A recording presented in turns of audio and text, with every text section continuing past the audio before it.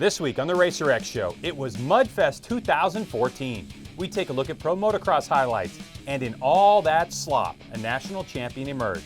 Plus, AMA Pro Flat Track. It was the famed Peoria TT. Right turn and a jump to go along with the normal left-handers. And is it over? We talk MotoGP, plus Moto News and more.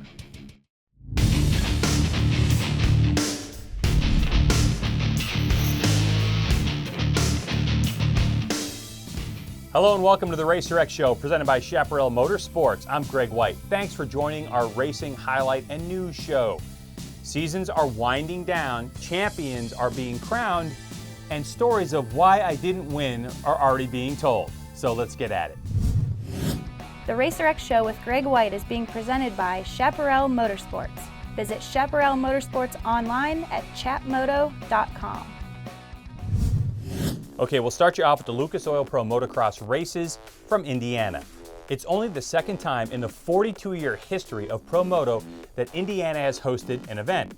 And this one, muddy and memorable, and a lot of fun to watch. So let's get you to Jason Wygant and Grant Langston with the highlights. They say anything can happen in racing, and we're probably going to see just about everything today. It's the inaugural Thor Indiana National in Crawfordsville, Indiana, next to last round of the Lucas Oil Pro Motocross Championship, sanctioned by AMA Pro Racing. Well, we knew the start would be absolutely key considering how muddy it was out here. And Ken Roczen makes it happen. Almost goes down. Then his teammate Brian Dungey on the 5. Almost goes down as well. That could have been bad. That hay bale too. He was lucky to pick it up. Then bad luck for a whole bunch of riders. They ended up lapping the leader, Ken Roczen, all the way up to 10th place in this moto because so many riders were down. There's Jake Weimer. He certainly had better days out here. Roczen was never headed. Had that whole shot, brief challenge from Trey Canard. Canard made a mistake, and from there he slipped away, and Roczen goes on to win the moto by 38 seconds. Yeah, Chest fist pump. on the heart. Yeah, that was all hard. That ride needed it with the championship on the line. Dungey ends up finishing second, and Canard third. Here are the results. Eli Tomac had a good start. Toasted his goggles early, had to go into the pits, came all the way back for fourth. Brett Metcalf without goggles finishes fifth. Chad Reed. Great ride for him. Absolutely. Same for Gerke. Shorty always up there. And Sipes, nice to see he made it in the top 10, even with a lap down. Used to the pit stops. He races cross country. Here's the guys just outside the top 10. Pike just missing it.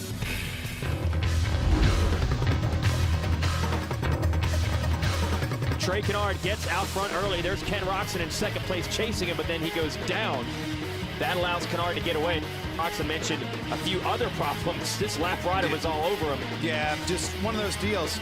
Not intentional, just these guys trying to make the most of the track and just trying to go in a straight line. But Trey Canard, what can you say about this guy? What a performance. Held on, led every single lap. That's 2 weeks in a row. He has won the second moto. He's just edged out in the overalls, you can see. And the overall results, Roczen is going to beat him by 2 points. Dungey salvages a third. And a big shakeup in the standings. 20 points is the gap between Roczen and Dungey now. It was only 7 coming in. It'll be a showdown with 2 motos to go. 50 points still on the line, though, in Utah. It is not over yet. Towards the end, I could barely see, some water went behind the roll-off. And overall, though, happy to increase the lead. I had a couple of dibs lately, and it's just good to be back, and it's good to be the first winner out here. Well, the most important graphic we'll ever put on a screen. Nelson gets the whole shot. Joey Savage in the 43 looked to have it, hit a little mud. Nelson on the 50 shoots in front of him. Bad luck for other riders. This is lap 1. Christophe Pourcel's goggles were already ruined. Must have had a crash or something. He got back in the race and actually finished 9th. Blake Baggett had his trouble. He went down. And that's not what he needed to fight for this title. Bogle, goggle change. I got mud in my eyes. Give me goggles. All these guys battling for clear vision. Except for this guy. Once you get the whole shot, it's easy, right? First moto win ever for him, wire to wire. Jesse Nelson, well done, young man. But the big news was second place finisher Jeremy Martin, combined with the bad moto for Baggett, who finished 14th, and Cooper Webb, third points, finishing 6th. It was enough for Martin to wrap up this championship.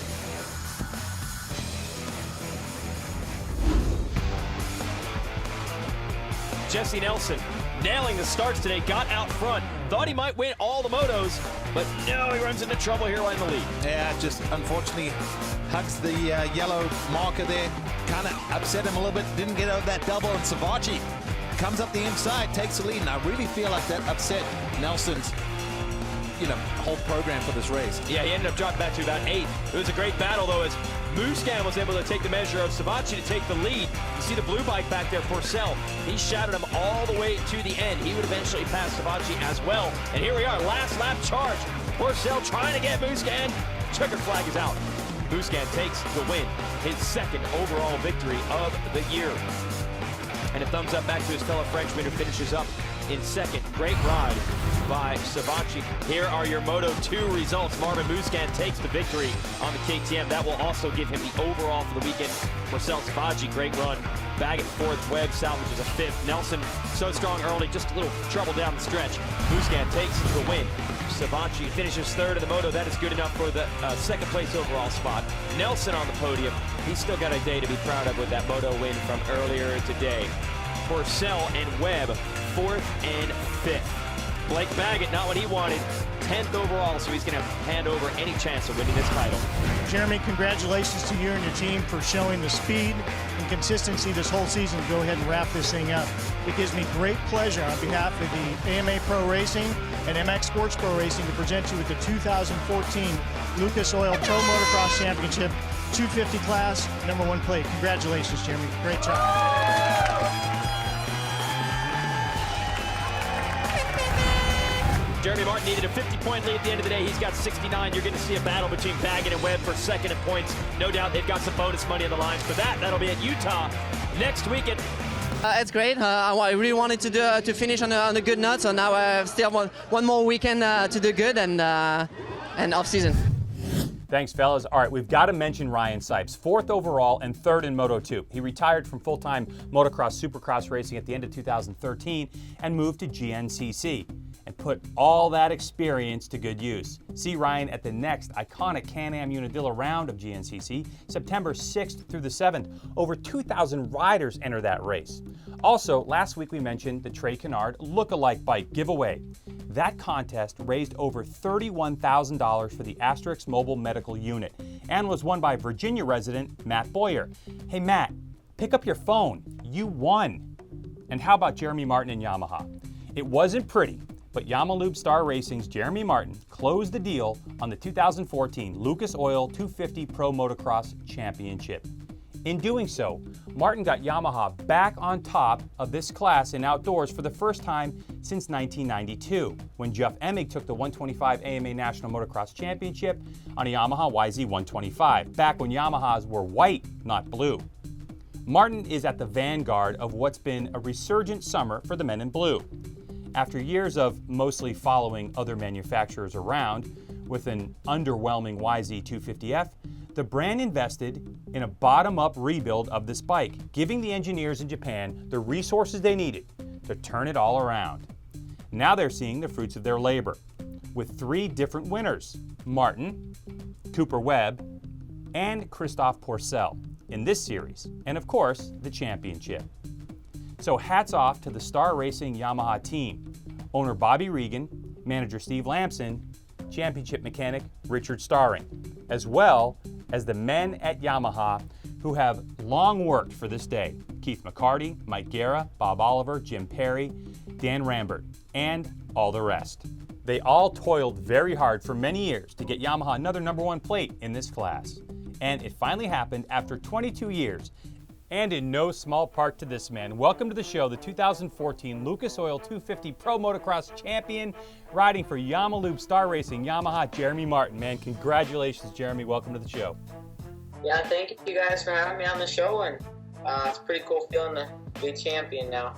I bet it is. So a little bit about your background, right? You actually grew up at the track since you were a little tiny kid, is that right? Yep, I grew up there, and that's where I learned how to ride, and pretty much learned how to, just grew up living there, and my mom and dad have always been there to support me through racing, so it's been good. So here we are a couple days later, right? It's now Tuesday, and you've been crowned the champion since Saturday. It's 3 days. Has life changed for you at all? Is the phone blowing up? Are there email messages now? Everybody wants a piece of you, right?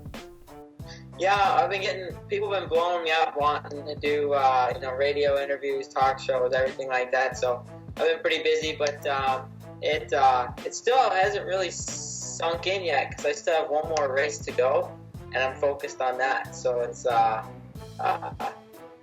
woke up the other day and I was like, man, I saw my number 1 plate and I was like, I'm a champion. That's got to be an incredible feeling. Not only do you have one race left, but you're also going to do Motocross of Nations. I mean, how are you feeling about that right now?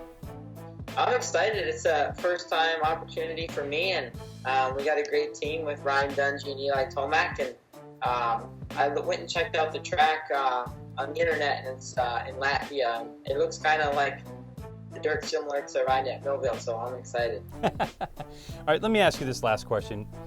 When you started the 2014 outdoor season, all racers say, I'm out there to win, I'm out there to win the championship. But really, in your heart of hearts, how were you feeling about your chances at this championship and the team that you have and all that stuff? And is it a surprise now that you are looking at that number 1 plate? I knew that, like, preseason testing for outdoors, everyone was out at Glen Helen and all the California tracks, and I knew I was going fast, and I knew that I had the speed and the fitness to be able to win an outdoor national and to be in contention for, for an overall on the weekend and stuff. But I didn't expect to be able to dominate like I did right away the first couple of rounds. Well, you did it. Congratulations on that number 1 plate, and good luck at the Motocross of Nations. We're definitely going to be keeping an eye on you here on the RacerX show. Can you come back and visit us again sometime? Yeah, for sure. Cool, man. We appreciate it. Jeremy Martin, your national champion in the 250 class. The last one of the 2014 season, and only 20 points to decide the champ. You'll want to tune in and see what happens. It all starts on ProMotocross.com at 12:30 p.m. Saturday with live practice. Pre-race show at 2:15. Motos are between 3 and 7 p.m. live. All those times are East Coast. On TV, MAV TV at 3 to 5, NBCSN, 6:30 p.m. for the 450s, 1 a.m. Sunday for the 250s. Again, all times are East Coast. Last week in the U.S., MotoGP star Marc Marquez won his 10th MotoGP race in a row. That is incredible. Most people are asking, when will it end? Well, they got their answer this week in the Czech Republic, when his own teammate Danny Pedrosa showed the strength of the Honda. It just wasn't Marquez's day. It was close at the end, with 2 Yamahas getting closer and closer to a win. Marquez still has a ridiculous lead for this time of year. His first time not scoring 25 points. He walks away with 13. On to the dirt of Illinois and the famed Peoria TT. Like Marquez in MotoGP last week, number 17 Henry Wiles had a chance to win 10 in a row, but 10 in a row at Peoria and tie 7-time Grand National champ Chris Carr's all-time TT record. There's no pressure. So to the highlights we go, and our grid girl seems to be calling out Wiles. Go for 10. The start told the story. From third in the grid, the Don's Kawasaki rider powered to the front.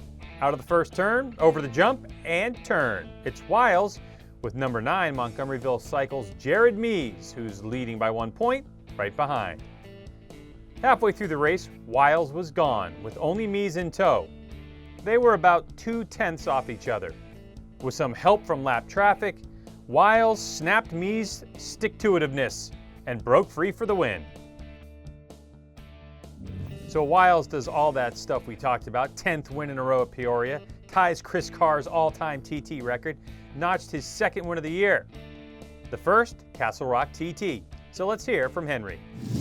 It's a great day, ended a great day, won the dash. I think we would have ran real good in our heat and had a good heat, but I couldn't be more happy with this main event. There's so many people that helped me to get to where I am, and I knew it was going to be tough. I knew where my where I would excel, and where if Jared was into second, where he would excel, and I knew where I was kind of struggling a little bit, but I knew I knew what I knew, and it was good enough.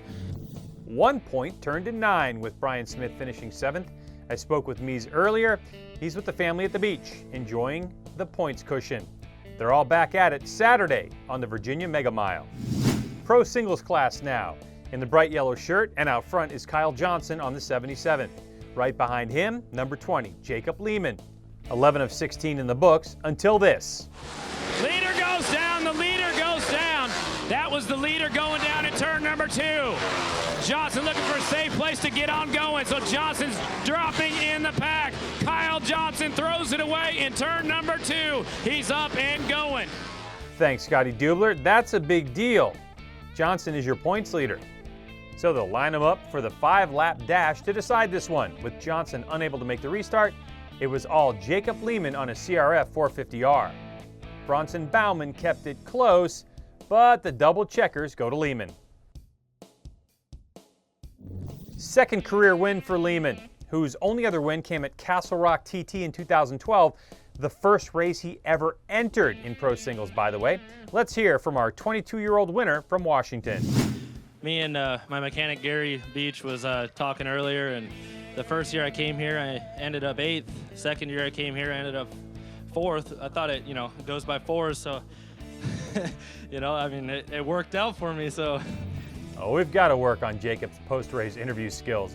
Even out of the points, Johnson still holds on to the lead by 8 with 3 races to go. Want to get out and watch some racing? We want you to LA, Utah for the deciding round of the Pro Motocross 450 title. Fly to Salt Lake and go Saturday. The Virginia Mega Mile happens on Saturday as well. Colonial Downs in New Kent, Virginia.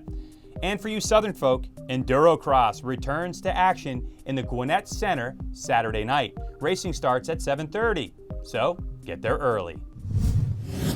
The Racer X Show with Greg White is being presented by Chaparral Motorsports. Visit Chaparral Motorsports online at chatmoto.com. And make sure you check out RacerTV.com for remastered Loretta Lynn's motos. We're going to post each individual moto from this year's Amateur Nationals, 32 hours of it.